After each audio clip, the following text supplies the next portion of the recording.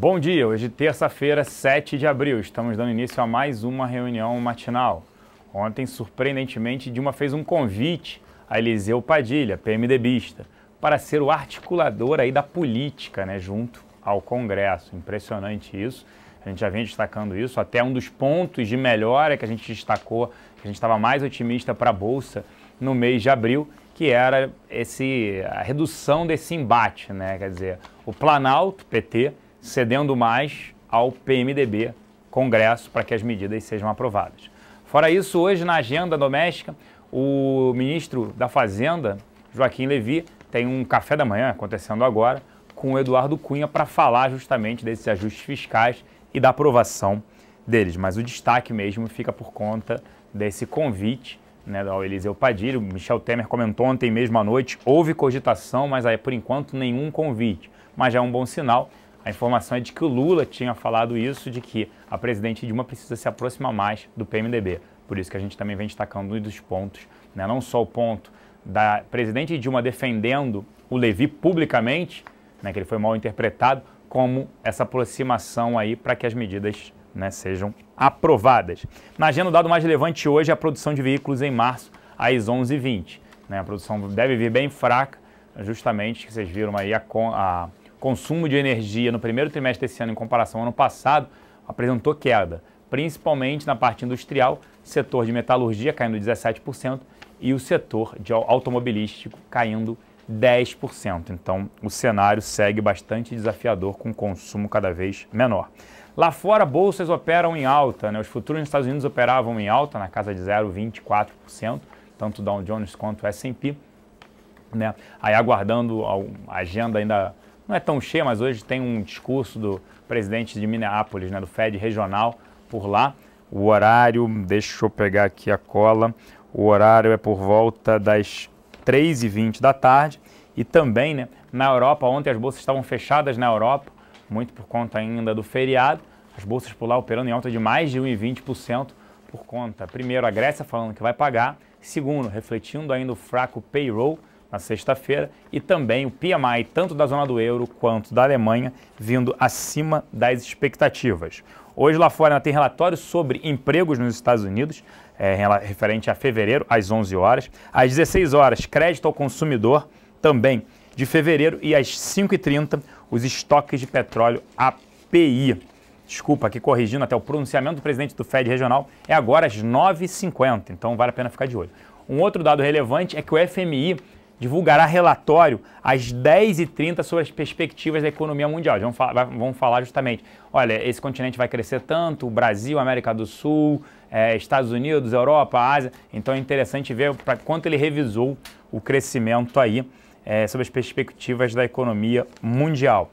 O Banco Central da Austrália surpreendeu o mercado e manteve a taxa de juros, seu menor nível, e o Banco Central da Índia, mas já que como esperado não surpreendeu, manteve também as taxas. O petróleo operando em queda, tanto o WTI quanto o Brent, após, né, a forte elevação, os dois subiram quase, um subiu 5,77, outro 6,11 ontem, aí com indicativos de que a Arábia Saudita estaria levando preços para a venda para a Ásia, o continente asiático, para entrega do petróleo da commodity em maio. Fluxo aqui na casa ontem.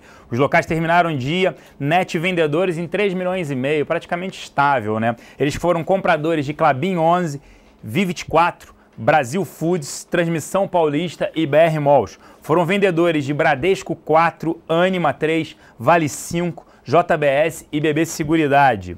Nas duas pontas, Bova 11, BVMF, Ambev, Petro 4 e Itaú 4. Já os estrangeiros terminaram o dia net comprados em 9,4 milhões de reais. Destaque na compra, Itaú 4, Ambev 3, Petro 4, TIM e Sabesp. Na venda, Vivo 4, Bradesco 4, Pecar, Vale 3 e GGBR. Já nas duas pontas, Oi BR4, Semig, Itaúsa e Brasil Foods. Vamos falar agora da parte de empresas, tá? A Petrobras aí segue no radar, né? Saiu uma nova informação no jornal o Globo, né, grande sobre o Comperge aí, dizendo que o tamanho do rombo no Compes, que é o Complexo Petroquímico do Rio de Janeiro, poderia chegar a 44,8 bilhões de reais que não seriam recuperados. Então, impressionante isso. Óbvio que o balanço aí segue no radar. Fora isso, um fundo da Noruega querendo entrar na justiça, né, contra a companhia por perdas também no ano passado. E, além disso, a Chain, que é a fornecedora de sondas para a companhia, falou que 5 sondas terão que ser paralisadas para manutenção, o que obviamente é ruim, é negativo aí para a companhia, que já demonstrou que a produção já não está crescendo por conta de redução no CAPEX. Vale citar também agora Autopeças, né, uma informação relevante hoje de que a crise no setor deve durar até 2017, aquilo que a gente vem falando, diversos aí segmentos nesse setor, automobilístico, caminhões, carros, a gente está vendo aí volume caindo fortemente. A Anfávia tinha revisado o crescimento da venda e produção esse ano para menos 10, né? Então estava em 0, agora menos 10, e a gente já viu isso com a própria consumo de energia no primeiro trimestre. O setor automobilístico caiu 10%. Vale destacar também o relatório da Fitch, agência de rating, sobre bancos, né? Falando de piora principalmente para bancos públicos, né? A gente já vem destacando aqui, é impossível, né? Eu diria assim, muito improvável que o Itaú, o Bradesco, os bancos consigam manter o ROE, o seu retorno sobre patrimônio. O retorno sobre patrimônio do Itaú, por exemplo, foi 24% no ano passado. A gente já trabalha com entre 21% e 22%. É elevado? É bom, muito bom, né? Mas aí a Fitch vem destacando que esse retorno sobre patrimônio tende a se reduzir muito por conta do aumento de inadimplência, né? Ela nem fala da Operação Lava Jato, ela fala mesmo do país, o cenário macro pior. Os bancos privados eles estão dando menos crédito, estão restringindo o crédito. Eles estão mais focados agora em consignado e crédito imobiliário, que você tem um risco menor. Os spreads financeiros ainda estão subindo? Estão. A inadimplência deve subir também. Mas a gente segue otimista com o setor bancário pelo nível de valuation que está negociando. Tanto é que a nossa principal aposta para esse mês é Itaú. É para não entrar em bancos públicos. A Fitch mesmo destaca que os bancos públicos tendem a sofrer mais com inadimplência. É óbvio, eles ficam dando crédito, o governo fica incentivando, então eles tendem a sofrer mais. Já os privados não. Eles só destacam que BTG pode sofrer também um pouco mais, dado por ser um perfil de banco de investimento. Por exemplo, a gente vai falar depois da Sete Brasil, que é a empresa controlada por eles, e também o Santander também por seu perfil mais de banco de investimento. Mas eles acreditam que tanto Itaú quanto o Bradesco devem passar muito tranquilamente, parafraseando aí o ex-ministro, né, por essa marolinha e reportar retornos ainda consistentes e fortes. A gente acredita que Itaú é um excelente investimento aí para o mês de abril.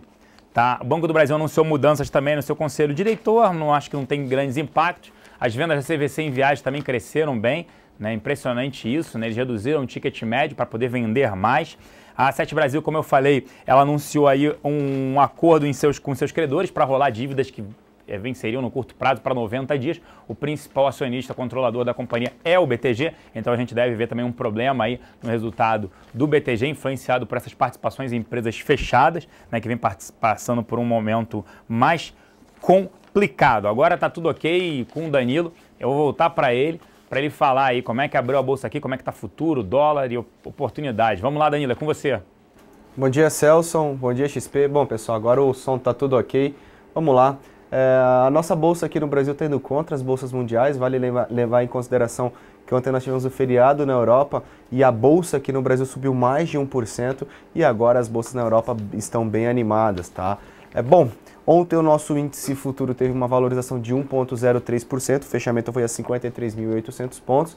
Já em relação ao dólar, o dólar teve um dia neutro, tá? Fechou com uma leve queda de 0,17%, mas vale levar em consideração que o dólar abriu ontem um pouco mais estressado, aí o mercado abriu caindo mais de 1%, passou a tarde inteira lateral e no final do pregão a gente conseguiu se recuperar. E vale levar em consideração também que nós estamos testando uma importante região de suporte na casa de 3,150. Há a possibilidade do dólar voltar a subir no curto prazo e a bolsa ceder um pouquinho aí, para posteriormente a gente ter uma continuidade de um movimento direcional. Com isso a gente chama a atenção das ações da Suzano para a gente acompanhar hoje, que possivelmente a gente pode ter uma compra por meio de swing trade com uma possível valorização do dólar. Já em relação a ontem, a posição dos os contratos em aberto, a posição dos players. Os estrangeiros ontem tiveram uma atuação um pouco mais intensa no índice futuro, ficaram net compradores em 12.133 contratos, seguem com o saldo acumulado em 91.396 contratos. Já em relação ao dólar, mais um dia de net vendedores para os estrangeiros, ficaram em 1.490 contratos vendidos, seguem com o saldo acumulado de 185.342 contratos. Vale levar em consideração que no mês de abril a gente tem aí a posição dos estrangeiros vendedores em 41.045 contratos. Bom, pessoal, a gente gostaria de chamar a atenção aqui de alguns papéis que a nossa área de análise por meio de gráfico tá de olho para o dia de hoje. Atentos em as ações da Vale 5, CEMIG, Gafisa e Petrobras. Todas essas ações para a gente atuar na ponta vendedora. Todos esses papéis subiram muito nos últimos dias e todas estão testando níveis de resistência. Então cuidado com compras, a gente vai procurar venda nesses 4 papéis. E também chamar a atenção aqui de 2 pares para long and short que também estamos monitorando, que possivelmente pode ser call. O primeiro é Multi3 contra BRML.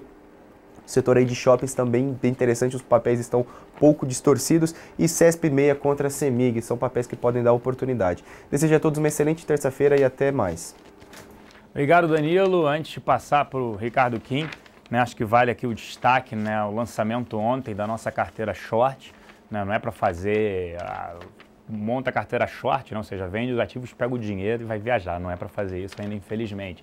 Mas é justamente, acho que vale a pena, por ser uma carteira semanal com 7 ativos, dá para replicar. Você faz a exposição, a carteira long e na nossa top pick e vende os ativos da nossa carteira short. Então, é interessante por conta disso. Mais um produto aí, que a gente acredita que seja interessante, de ativos que a gente gosta na nossa carteira long, contra ativos que a gente acredita que não devam apresentar um desempenho positivo no relativo, com os ativos da carteira long. Então acho que vale a pena aí investir nesse novo produto que a gente quis soltar, uma carteira long short que a gente sempre pensou em soltar. Acho que essa é a melhor maneira. Agora passar para o Ricardo Kim para falar sobre Usiminas, a parte de fundamentos. Bom dia, Kim. Bom dia, Celso. Bom dia, pessoal. Isso aí é comentar sobre Usiminas, a tão esperada AGE, a Assembleia Geral Extraordinária ontem, para eleger os novos conselheiros do Conselho de Administração. Então a gente sabe que tinha aquela corrida do BTG contra o Parisotto para montar posição e tentar indicar aí um de seus nomes para o Conselho, e no final das contas quem venceu a corrida foi o Parisotto. Eles elegeram o Gasparino para presidente do Conselho de Administração. Ele já fazia parte do Conselho e tinha sido indicado pelo próprio Parisotto. E também o Parisotto ele foi eleito um dos conselheiros, então ali os minoritários ganhando um bom espaço no Conselho de Administração. Então marginalmente positivo para os Usiminas, já que os minoritários eles estão vindo com um discurso de alinhamento. O Parisotto mesmo falou que o bloco de controle está rachado, isso aí só prejudica a empresa e os minoritários, então o trabalho deles vai ser justamente alinhar aí com o bloco de controle. Mas de qualquer forma o momento ainda continua muito difícil, eles precisam muito dessa condução estratégica da empresa, no momento para a siderurgia muito ruim, então por isso que o mercado pode ver como positivo, mas ainda a gente tem muita incerteza pelo caminho. Querendo ou não, grande parte do Conselho de Administração ainda é composto pelos controladores, ou seja, Nippon e Térnio, e outro agravante aqui que é o BTG. Ele tinha já entrado na CVM contra o Parisotto, porque parte das ações que elegeram o próprio Parisotto são da empresa Sankyo, que tem bastante alinhamento com a Nippon, um dos controladores. Então o BTG tinha entrado na CVM quanto a isso, mas agora que a gente tem o resultado final, ela pode ir de maneira mais enfática nessa questão. Então, de novo, minoritários ganhando participação no conselho, mas ainda o bloco está rachado, ainda o cenário é bem difícil. A gente tem que ver ainda como essas incertezas vão se acertar aí ao longo do tempo, tá? Então, por hoje é só, Celso, um bom dia a todos.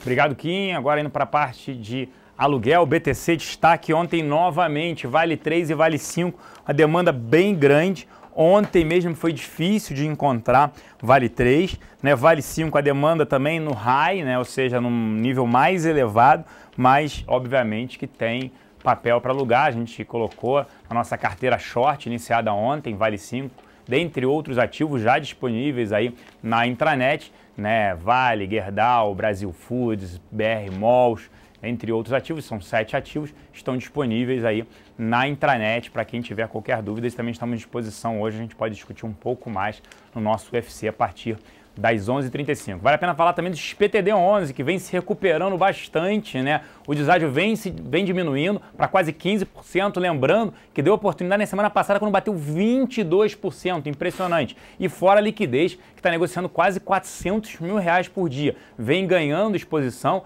até alguns perguntaram se vale a pena fazer de repente XPTD11 contra a Bova, a gente acha interessante, mas é óbvio que é para pensar numa estrutura de um prazo um pouco maior. Mas a gente acha que também vale a pena, porque as principais exposições de XPTD11 são CETIP, BVMF, Ambev, BB Seguridade e Itaú. Ativos bons, né? Ativos com maior resiliência, o pessoal gosta dessa palavra, ativos com maior resiliência, e mesmo com esse cenário mais adverso, a gente acha que esses ativos tendem a apresentar um desempenho superior, por exemplo, ao Bova, fora esse deságio que ainda é elevado. Lembramos que às 11h35 nós temos o nosso UFC, onde tiraremos mais dúvidas e falaremos um pouco mais sobre o mercado.